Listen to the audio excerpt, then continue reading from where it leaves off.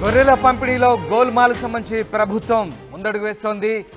700 కోట్ల అవినీతి జరిగినట్లు ఏసీబీ తేల్చింది. ఇక మాజీ మంత్రి తలసాని ఓఎస్డీ కళ్యాణ్తో పాటు పశుసంవర్ధక శాఖ సీఈఓ రామచందర్ను అరెస్ట్ చేశారు. ఇప్పటికే ఈ కేసులో 10 మంది అరెస్ట్ అయ్యారు.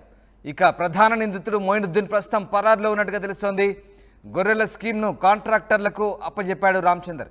లోలోన కంపెనీతో పాటు మరికొంతమంది కాంట్రాక్టర్లను ఏసీబీ గుర్తించింది. గొర్రెల పంపిణీ పథకానికి గత ప్రభుత్వ హయాంలో 6,000 కోట్ల నిధులు విడుదలయ్యాయి. కాంట్రాక్టర్లు అధికారులే ఎక్కువగా లబ్ధి పొందినట్లుగా ఏసీబీ గుర్తించింది. మొత్తం వ్యవహారంలో రాజకీయ ప్రమేయం పైన దర్యాప్తు సాగుతోంది. గొర్రెల స్కామ్ వెనుకాల ఉన్న వారి పాత్ర బయటికి వచ్చే అవకాశం కనిపిస్తోంది. మొత్తం మీద గొర్రెల స్కామ్కు సంబంధించి ప్రభుత్వం విచారణలో ముందడుగు వేసింది. ప్రధాన నిందితులను కీలక అరెస్టు చేసింది. ఇంకొంతమంది కోసం ప్రభుత్వం ఇప్పటికే లోతుగా దర్యాప్తు కొనసాగిస్తుంది. వారి కోసం గాలిస్తున్న పరిస్థితి కనబడతా ఉంది. గొర్రెల స్కామ్కు సంబంధించి నిందితులు దొరికితే గనుక పూర్తి అంశాలు బయటపడే అవకాశాలు కనిపిస్తూ ఉన్నాయి. ఎస్, మా ప్రతినిధి మధు జైన్ అవుతున్నారు. మధు, గొర్రెల స్కామ్కు సంబంధించి కీలక నిందితుల్ని ఏసీబీ అరెస్ట్ చేసినట్టుగా తెలుస్తుంది. దీనికి సంబంధించిన అప్డేట్స్ ఏంటి? అసలు ఈ గొర్రెల స్కామ్లో నిందితులకు సంబంధించి ఇంకా ఎట్లాంటి గాలింపు సాగుతుంది, ఎట్లాంటి దర్యాప్తు సాగుతుంది?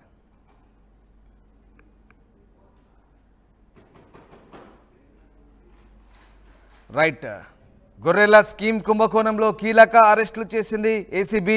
అప్పటి మంత్రి ఓఎస్డీ కళ్యాణ్, పశుగణాభివృద్ధి సంస్థ సీఈఓ రామచందర్ను కోర్టులో హాజరుపరిచారు ఏసీబీ అధికారులు. దాదాపు 2 కోట్ల 10 లక్షల నిధుల గోల్మాల్పై ఏసీబీ ఆరా తీస్తోంది.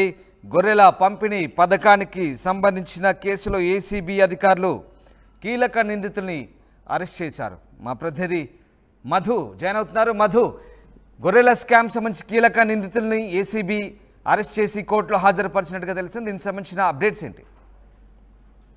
ఎగ్జాక్ట్లీ, గొర్రెల స్కీమ్ కు సంబంధించి గతంలో ఒక యూనిట్ కి ఎంత ప్రైస్ ఉండేదో దాన్ని పెంచారు. గతంలో ఒక యూనిట్ కి వచ్చేసి పాత ధర వచ్చేసి గొర్రెల యూనిట్ ధర 1.25 లక్షలు, అంటే 1,25,000 ఉండగా దాన్ని కొత్త ధర కింద 1,75,000 అంటే ఏకంగా 50,000 పెంచారు ఒక యూనిట్ కి సంబంధించి. సో దీంట్లో భారీగా కమిషన్లు, ఒక్కో యూనిట్ కి 20,000 అధికారులకు కమిషన్ ఇచ్చారు. లబ్ధిదారుల వద్ద కూడా టోకెన్లు తీసుకున్నారు అనేటువంటి ఆరోపణలు ఉన్నాయి. కాగితాల పైన మాత్రమే గొర్రెల కొనుగోలు జరిగాయి. యాక్చువల్ గా ఇతర రాష్ట్రాల నుంచి గొర్రెల కొనుగోలు వ్యవహారం నడిచింది కొన్ని రోజులంతా కూడా. తెలంగాణలో గొర్రెలు తర్వాత మేకల పెంపకాన్ని పెంచాలి, దాని భారీ ఎత్తున మాంసం ఎగుమతులను తెలంగాణ నుంచి పెంచాలనేటువంటి రీతిగా గత ప్రభుత్వం తీసుకున్నటువంటి నిర్ణయంలో ఈ గొర్రెల స్కీమ్స్ కు సంబంధించి యాదవుల సంబంధించి తర్వాత గొల్ల కురుమలకి సంబంధించినటువంటి విషయంలో ఏదైతే స్కీమ్ కొనసాగిందో ఈ స్కీమ్ అంతా దళారుల మధ్య చేజిక్కిపోయింది. కేవలం కాగితాల వరకే గొర్రెల కొనుగోలు వ్యవహారము ఇదంతా నడిచింది. కానీ ఒక్కొక్క యూనిట్ కి సంబంధించినటువంటి దాంట్లో కాగితాల పైన జరిగినటువంటి కొనుగోళ్లలో కూడా 20,000 అధికారులు లంచం తీసుకున్నట్టుగా తేల్చారు. ఇక దీంట్లో ప్రధానంగా ప్రస్తుతం మాజీ మంత్రి తలసానికి సంబంధించినటువంటి ఓఎస్డీ కళ్యాణ్ తో పాటు పశుసంవర్ధక శాఖ సీఈఓ రామచందర్ కూడా అరెస్ట్ అయ్యారు. ఇప్పటికే 10 మంది అరెస్ట్ అయ్యారు ఈ కేసుకు సంబంధించి. ఈ కేసులో మరిన్ని అరెస్టులు ఉండే అవకాశం ఉంది. మరింత లోతైనటువంటి దర్యాప్తు చేయడానికి ప్రభుత్వం సిద్ధమవుతా ఉంది.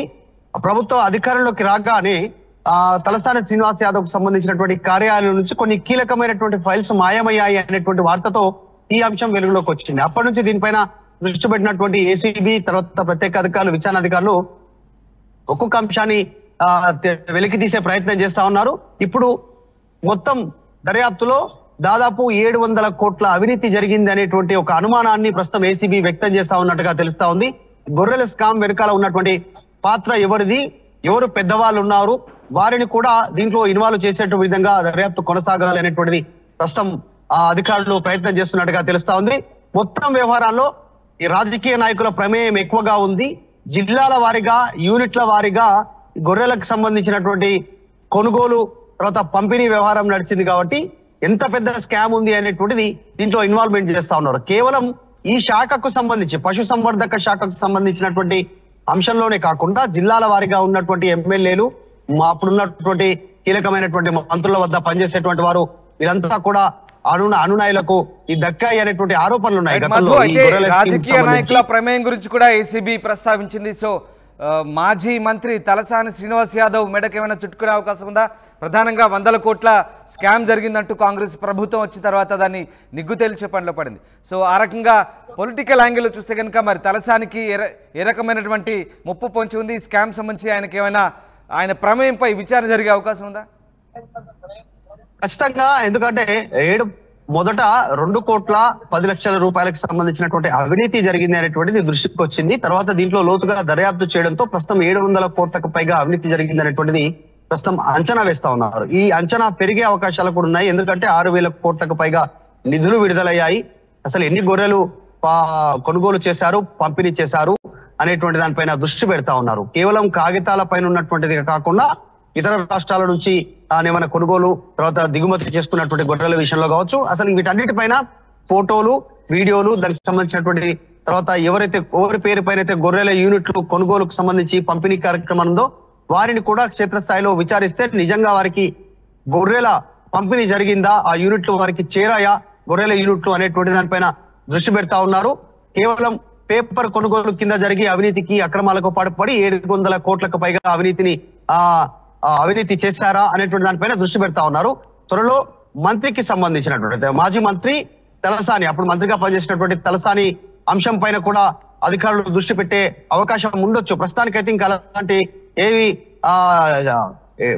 దానికి సంబంధించినటువంటి ఇన్పుట్స్ అధికారులు మాట్లాడడానికి ఇష్టపడట్లేదు. కానీ త్వరలోనే గొర్రెల స్కామ్ పైన పూర్తి స్థాయిలో దర్యాప్తు చేసిన తర్వాత మరిన్ని విషయాలు వెలుగులోకి వచ్చే అవకాశం అయితే చాలా స్పష్టంగా కనిపిస్తా ఉంది. Ram, right, thank you very much Madhu. ఇది మొత్తం మీద గొర్రెల పంపిణీలో గోల్మాల్ సంబంధించి విచారణలో ప్రభుత్వం అయితే ముందడుగు వేస్తోంది. దాదాపు కీలక నిందితుల్ని అరెస్ట్ చేసి కోర్టులో హాజరుపరిచారు ఏసీబీ అధికారులు. ఇదంతా ఏపీకి సంబంధించినటువంటి గొర్రెల పెంపకందారులు ఇచ్చిన ఫిర్యాదుతో ఈ స్కామ్ బయటపడింది. దాదాపు 2,10,00,000 రూపాయలు ఏపీ పల్నాడు అంగళూరుకి చెందిన గొర్రెల అమ్మకందారులకు చెందాల్సిన డబ్బును దళారుల అకౌంట్లలో వేయడంతో ఎన్నికల ముందు జరిగిన ఈ తతంగం పూర్తిగా తీగలాగితే డొంక కదిలింది. దీంతో అధికారులు దీన్ని ఏసీబీకి అప్పచెప్పింది ప్రభుత్వం. ఏసీబీ అధికారులు ఈ వ్యవహారాన్ని నిగ్గు తేల్చే పనిలో పడ్డారు.